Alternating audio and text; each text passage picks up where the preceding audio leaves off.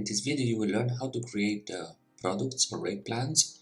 We go to inventory, product rate plans, and we're going to create two types of rate plans. Let us use the deluxe room,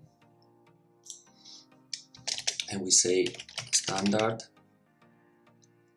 flexible rate.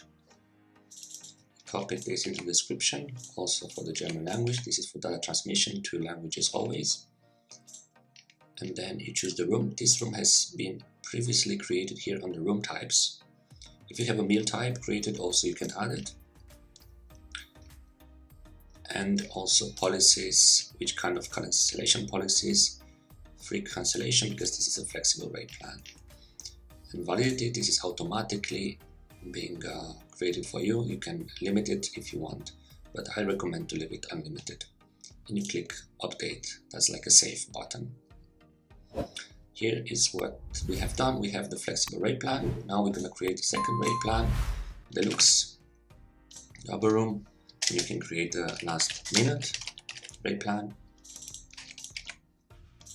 in both languages, name, title and description. Again, we select the same room. And when it comes to the price, here you can add a reduction in percent of 20% for the last minute.